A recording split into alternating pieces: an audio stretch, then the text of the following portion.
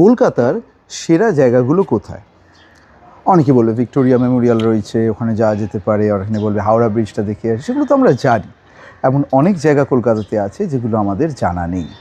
তার মধ্যেই কিছু কিছু জায়গা, জাস্ট নামগুলো শুধু বলবো, আর কীরমভাবে কী করতে হবে সেগুলো তো হয়তো ইন্টারনেটে দেখে নেবে। কিন্তু এই জায়গাগুলো সেরা কেন সেটাই খুঁজে বার করাটা আমার কাজ ছিল।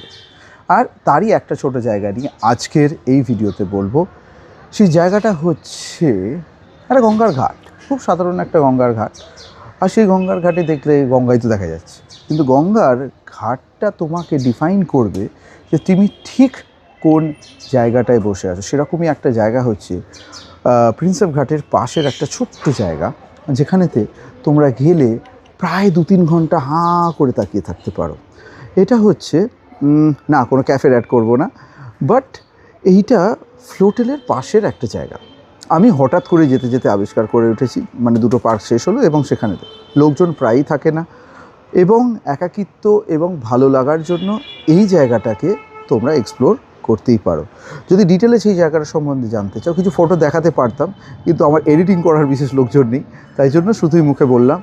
আমাকে হোয়াটসঅ্যাপ করো, আমি অবশ্যই তোমাদের জানাবো।